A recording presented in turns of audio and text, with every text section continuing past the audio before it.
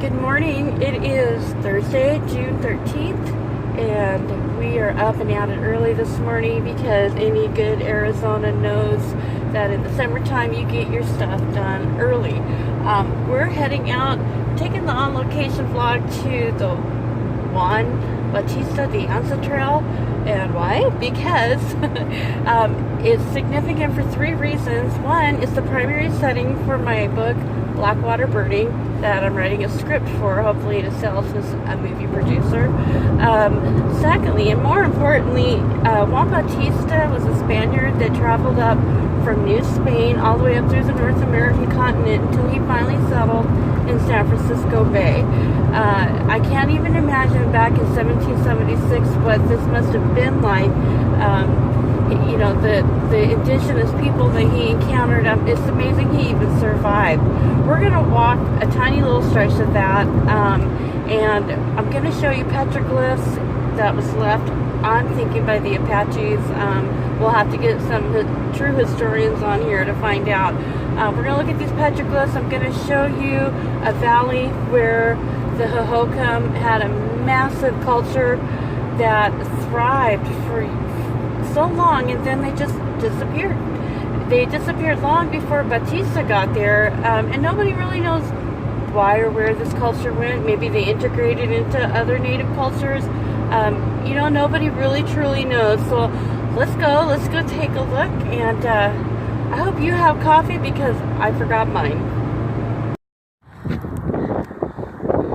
Okay, here we are. This is a small part of the trail that we're going to walk. Of course, the Anza's trail went from, like I said, from New Spain up to San Francisco Bay. Yeah, so we're just going to go maybe a quarter mile of that. And it's beautiful. These mountains are part of the Tucson Mountains. I think, the locals here, we just call it Rattlesnake Pass. And I doubt many people know how cool the history is here. Alright, on our way to find some rock art. I think you folks will have to look pretty close, but there is definitely some prints here. One of them was pretty big. These look small. I couldn't tell you exactly what we're looking at. Maybe coyote. But they were just here. These aren't very old. Here we go. We are definitely on the path that we want to be on. I appreciate that Arizona tries to preserve its history. It's an amazing history. And since the Anza followed the Santa Cruz River, well, so do our bikers and our hikers and walkers. So part of this trail is actually a bike path, which makes it easy for us to take this walk, doesn't it?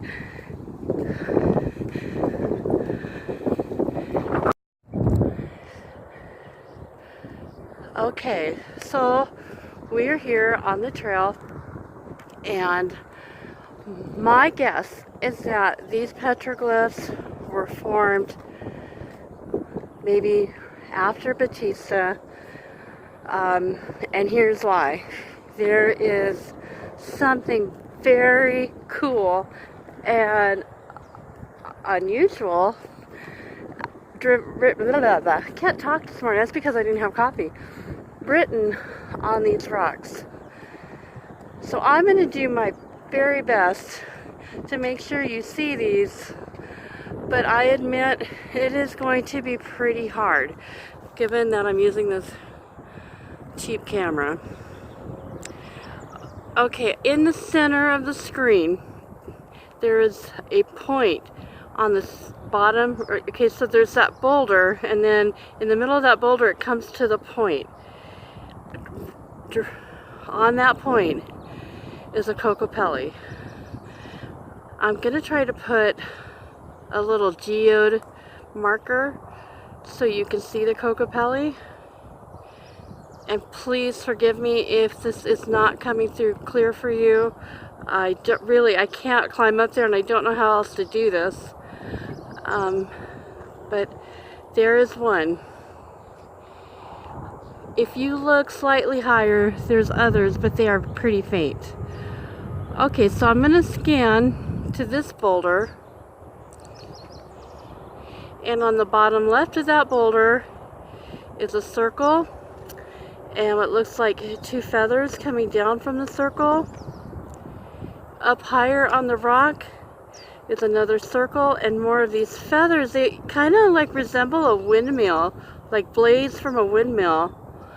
I actually have never seen these kind of drawings before, and I've seen a lot, so that's unusual. Okay, so here's what's really exciting to me. I'm going to scan up, and then right here in the center of my screen looks like a tombstone. It's a flat rock laying back on its back just a little bit. It's leaning to the right. In the center of that rock is a Christian cross. Yes. That's amazing. There's things underneath this cross, so arguably maybe it's something else. But it doesn't look like it. I'm going to go slow over these rocks, so there's so much. My guess, these are made by the Apache, and the Apaches banded off to the Chiricahuas, the San Carlos, Pinal, Yavapai. There were so many different branches of Apaches in these mountains, and sometimes they didn't always get along with each other. I was just thinking how cool it is to be able to do these vlogs. We've been to Sedona and Sonoyta and Bisbee, Jerome, the Goldfields, Tombstone, Silver Bell Mines. Where else? We've been all over this, the southern part of the state. Next, we're going to Ruby, Arizona. It's said to be extremely haunted. I believe it. So, Wendy, if you're watching, it's game on, girl, because you're going with me. We're going to explore that next. So, we're pretty much done looking at the petroglyphs. We're going to go now to Hohokam Village, and we'll talk some more about the Hohokam in just a minute.